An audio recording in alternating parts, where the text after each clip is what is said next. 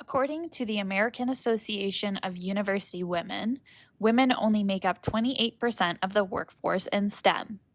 The association discloses that the main reasons why there are so few women in STEM is due to bias, stereotypes, and the inherent societal belief that careers in these fields are and should be male-dominated. Unfortunately, Concordia's biology department numbers mirror this statistic. In fact, only 24% of the biology faculty are women. It is also worth noting that these statistics assume that people fit into a gender binary when we know this is not the case. We want to shed light on the women-led research in our biology department. We hope that these researchers and their work encourages women and all genders to undertake a higher education in STEM.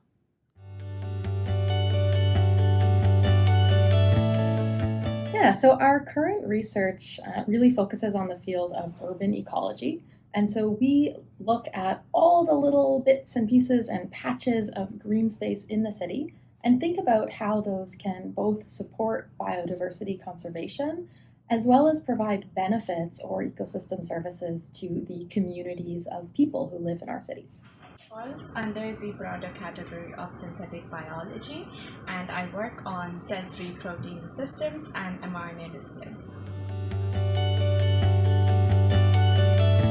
I would say is don't let anybody take your confidence away. So regardless of, how senior or famous or male someone is or outspoken someone is, don't let that shake your confidence in the work that you do and that you deserve to be at the table just as much as anyone else who's in the room. And my second piece of advice to young women in STEM would be that it's okay to be emotional. I think often in science there's this kind of stigma against, showing our emotions, and it's okay to care deeply about what it is that you're studying. And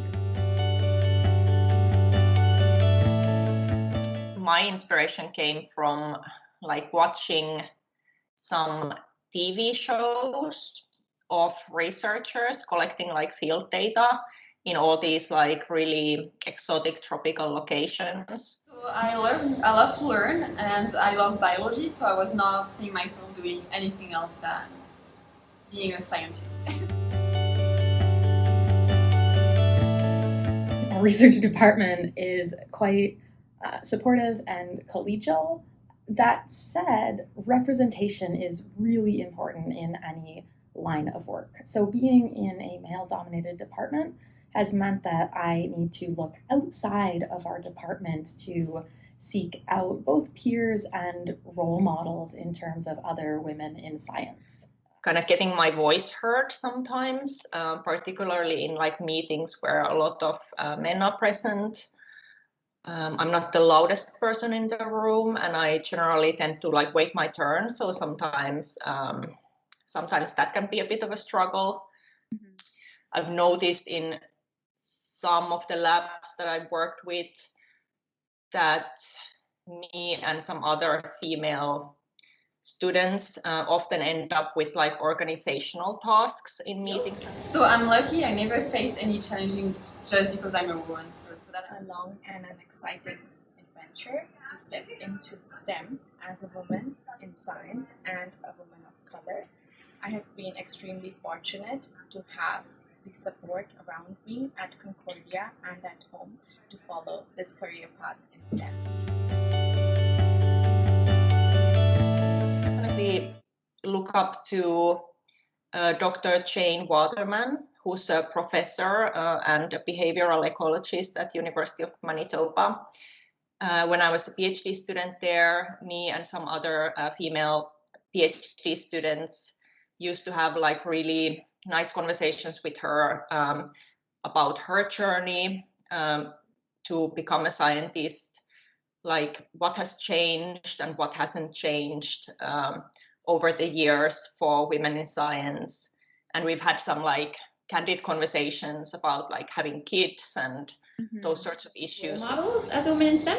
So I had a teacher when I was an undergrad that was an amazing teacher, and she told me that she did a PhD and it was the best experience in her life. So I decided that I also wanted to do a PhD for that. I love it. I think women in STEM is it's a necessary viewpoint that we have, and it offers a different perspective, which is always good in science. I think it should just be a standard. Like women in STEM should be something that's The always, norm? Yeah, the norm. Perfect.